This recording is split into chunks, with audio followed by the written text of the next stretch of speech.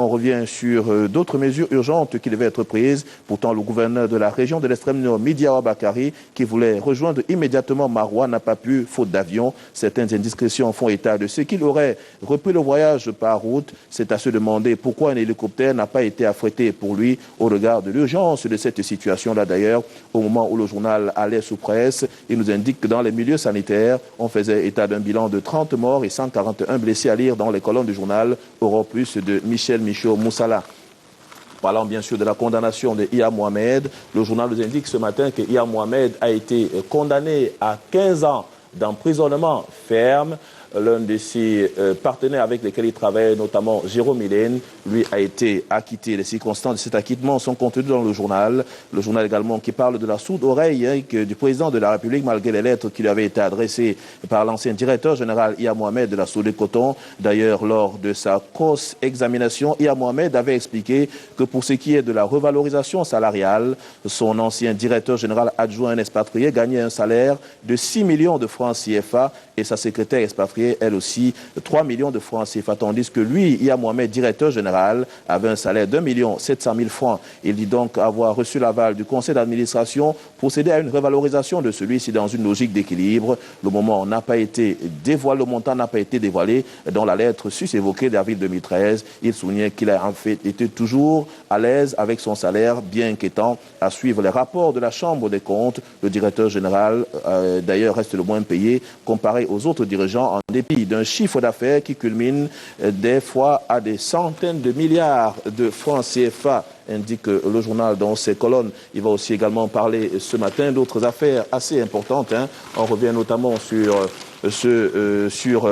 quelques éléments qui nous permettront de comprendre qu'au niveau de la commune d'arrondissement de Douala 2e, c'était donc à la faveur de la tenue de ce conseil municipal extraordinaire. On revient même d'ailleurs sur la cérémonie donc d'encouragement des meilleurs élèves. Quelques établissements là-bas, ces élèves ont reçu des prix dans le cadre de cette traditionnelle cérémonie-là. On parle du paquet minimum pour 29 écoles de Douala 2e. C'est matériel qui était essentiellement constitué de craie, de bic, effaceurs, colle, ardoise, entre autres, remis donc par Madame le maire de la commune d'arrondissement de Douala 2e dans le cadre de la mise en œuvre de la décentralisation. Et puis autre information majeure rapportée par notre confrère, notre consoeur Linda Biapap du journal Europe Plus. Le conseil municipal a donc une hausse des recettes à la mairie de Douala 2e.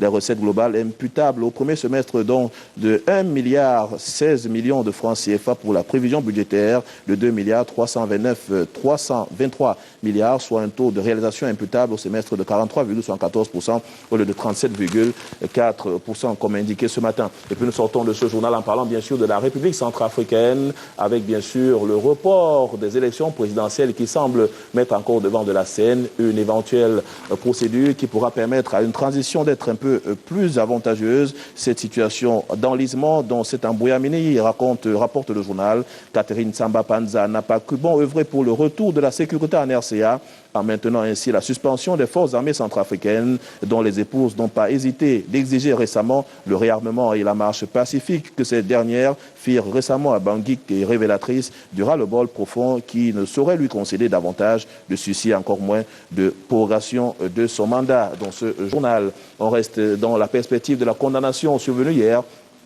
d'Iya Mohamed au niveau du tribunal criminel spécial. Le journal Le Messager fait également sa une principale en parlant de Iya Mohamed qui a été condamné à 15 ans d'emprisonnement ferme avec bien sûr un détournement de la somme de plus de 11 milliards de francs CFA. L'ancien directeur général de la Sodecoton, ex-président de la Fédération camerounaise de football, a donc été déclaré coupable des suites donc de ces faits qui sont contenus ce matin dans les colonnes du journal. On parle d'ailleurs à l'entame donc de ce procès. Est-ce une forme de condamnation à vie qui s'annonce à la forme interrogative?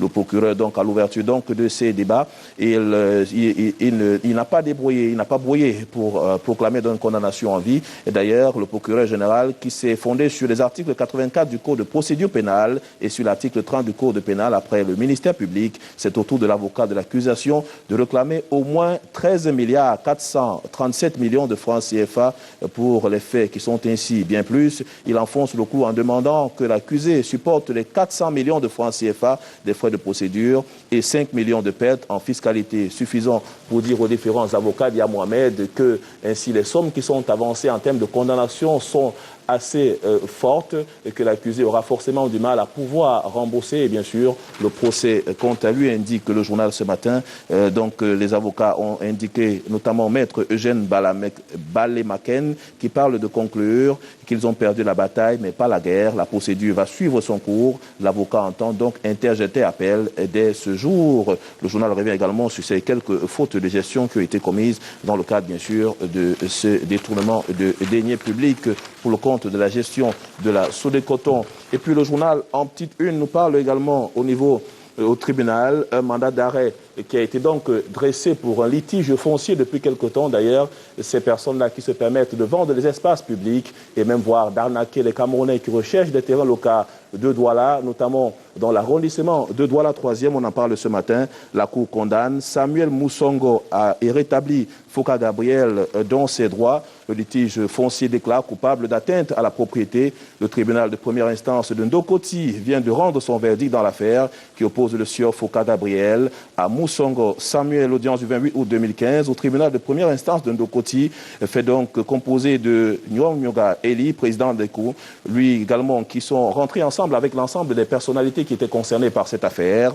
On parle de l'égard de ces différentes parties en matière correctionnelle et en premier ressort, a déclaré le sieur Moussongo Samuel coupable d'atteinte à la propriété foncière des articles 74 du Code pénal, alinéa 2 de la loi 80/22 du 14 juillet 1980. Dans le même temps, cette juridiction condamne et a prononcé la condamnation pour le sieur Moussongo à 6 mois d'emprisonnement ferme et 50 000 francs CFA d'amende et aux dépens liquidés à la somme de 406 000 francs CFA illico presto. Le tribunal a donc décerné contre Moussongo un mandat d'arrêt et un mandat d'incarcération contrainte par corps, fixe la durée de la contrainte par le corps à 18 mois au cas où il y aurait lieu de l'exercer. C'est donc une affaire qu'on aura l'occasion de lire donc ce matin dans les colonnes du journal Le Message. Une affaire qui revient sur les problèmes de litige foncier et bien sûr la juridiction compétente et qui décide donc ainsi de mettre fin à cette arnaque dont ont été victimes depuis quelque temps les populations camerounaises. Parlant bien sûr de Boko Haram, on revient sur la chasse à l'homme avec les États-Unis d'Amérique qui rentrent donc en lice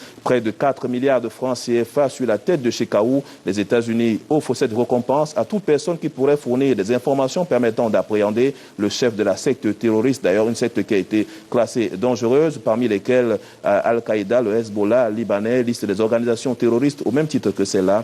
Il faudra donc tout faire pour avoir des informations nécessaires sur Mohamedou Chekaou, le leader donc de la secte islamiste Boko Haram. Et puis droits humains, on parle de Michel Thierry Atangana qui est donc désormais aux Nations Unies. Il est donc allé là-bas, l'ex-détenu de la prison secondaire de Yaoundé, logé dans les installations du secrétariat d'État à la Défense, a été reçu mercredi 2 septembre 2015 par le groupe de travail contre la détention arbitraire de l'ONU, au siège des Nations Unies, donc du côté également de Genève. C'était à lire donc ce matin. On verra de fond en comble les raisons profondes de sa descente là-bas pour étudier bien sûr la situation des droits de l'homme dans notre pays, le Cameroun. Et puis pendant ce temps, à Koutaba, on nous annonce que des coupeurs de route sont aux arrêts à la suite donc d'une intervention des forces de défense et de sécurité pour voir comment ces coupeurs de route opèrent dans cette localité. Quelques-uns d'entre eux ont été rattrapés par ces forces. Le groupe opérait sur les voies reliant la ville de Koutaba aux contrées avoisinantes.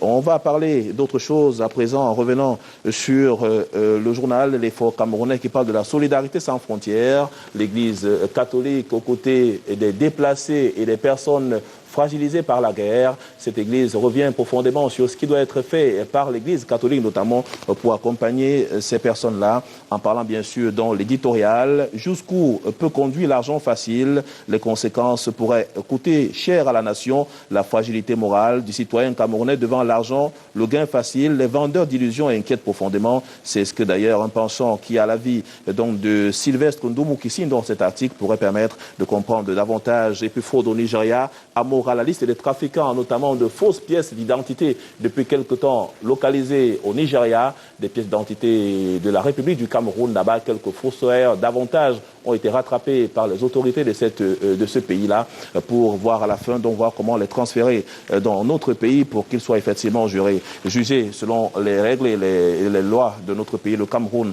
Parlant bien sûr du journal Repère de Feu Richard Touna qui revient sur la propriété foncière en s'arrêtant précisément sur la localité de Bankomo ce matin. Le journal parle donc de Yaoundé en péril face donc à toute cette situation et à ces ventes de terrain et quelques élites là-bas locales qui s'insurgent contre cette vente illégale de terrain et bien sûr cette expropriation à double vitesse à l'intérieur et aux alentours de la ville. Ce bien est devenu la cible des prédateurs parfois installés dans les hautes sphères de l'État. Les hommes de droit et autorités administratives pointent donc du droit. Ce que le journal choisit également de nous faire part ce matin, ce sont donc les populations dans cette localité qui s'insurgent et parlent donc d'un vol et même de l'appauvrissement de toutes ces personnes-là. Pourtant, les terres appartenaient depuis plusieurs générations à plusieurs populations dans cette zone et puis nous sortons par là des zones black pour dire clairement ce matin qu'on parle des Camerounais les plus recherchés dans le monde. Le journal Repère a choisi de nous faire part de leurs photographies. Ces Camerounais-là sont au nombre de 8 que vous retrouverez dans les colonnes de ce journal. On peut d'ailleurs apercevoir quelques-uns qui sont poursuivis pour détournement des deniers publics au Cameroun. Kemarjou Roger, Ambassazan Dieudonné, Mekonga Abega Félix de Poplan. On parle aussi également de Dankam Ogunson, Ngongo Djomé Félicité et bien sûr Awa Michael, sans oublier Godefroy Roland. Toutes ces personnes sont donc reconduites dans le journal ce matin. On pourra bien sûr, pour ceux qui ont l'occasion de l'acheter, de voir qui sont ceux qui sont rattrapés par ces scandales. Mesdames, Messieurs, merci infiniment pour cette marque de fidélité, cette marque de confiance. Très bon week-end à toutes et à tous. Et la revue de presse, point final pour cette semaine à Douala. On va donc se retrouver la semaine prochaine. Des zones black, il faut donc penser à des bois en avec lequel nous allons prendre le relais tout de suite. Pour oui, avant cela, peut-être juste dire un petit bonjour à M. Jérôme Milène, que vous savez, il a été donc innocenté dans cette affaire. Voilà. Lui qui nous regarde peut-être, Jérôme Milène, donc, qui a été déclaré non coupable dans l'affaire Sodé-Coton. Il aura passé 3 ans quand même d'angoisse, hein. C'est comme ça. On va tout de suite vous la permettre... justice a rendu le droit, donc il est libre, il a été acquitté donc de tous ces faits qui lui étaient reprochés, donc on parle de faits non établis. Voilà. Eh bien, vous allez nous permettre d'avoir la revue de presse à Yaoundé, sous le regard des uns et des autres, Oscar Laforme aussi, que l'on salue. Et mais à vous, donc Serge Bondier, de lancer Yaoundé. Merci. Merci Jason Black pour cet honneur que vous nous faites. Dans un instant, donc, nous partons dans la capitale politique du Cameroun, Yaoundé, pour avoir un peu l'essentiel des tabloïds parus dans cette ville du Cameroun, bien sûr avec Harley Desbois-Ndébé, qui s'est fait l'immense plaisir et l'équation mathématique de fuiner pour nous un peu partout la quintessence de l'information là-bas. Avec vous, Harley Desbois-Ndébé, nous écoutons et nous prenons le pouls de la capitale politique Yaoundé à travers les tabloïds ce matin. Bonjour et bienvenue à toutes et à tous. Serge Bondier, bienvenue donc ici à Yaoundé pour cette seconde partie de la revue de presse, la dernière de cette semaine.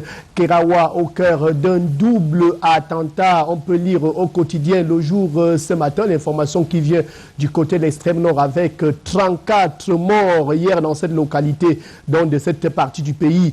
Bilan encore provisoire selon le quotidien bleu d'Amanmana.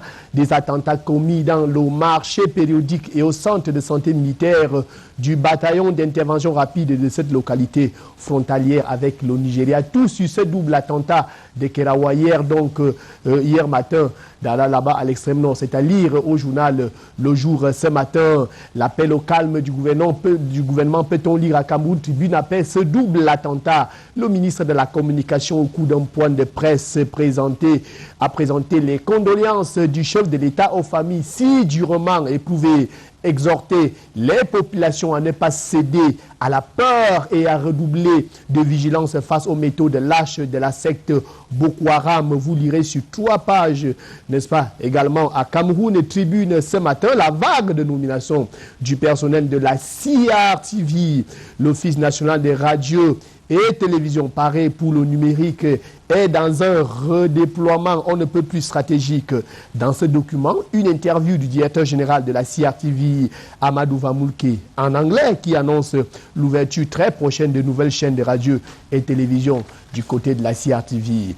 Le sujet fait également la une de Mutation qui parle de crépuscule des ténors. Un vent de rajeunissement des effectifs souffle au son de la Cameroun Radio and Television. Controverse également autour du sort réservé à certains journalistes de renom. Et parmi ces grosses plumes, justement, réaction dans le journal des Xavier Messé ce matin de Charles Ndongo avec sa nouvelle casquette de directeur central de la télévision. Alain Belibé également intervient au journal. Lui, le directeur central de la radio. François Marc Modjom, Marc Omboui et Samson Websi sont également en réaction au journal des Xavier Messé ce matin. On lira également dans ce journal et en petite une cette excursion effectuée par Vivien Baoken, n'est-ce pas, sur les sites détruits par la communauté urbaine de Yaoundé, d'Ntaba, en Colbison, en passant par le marché des chèvres.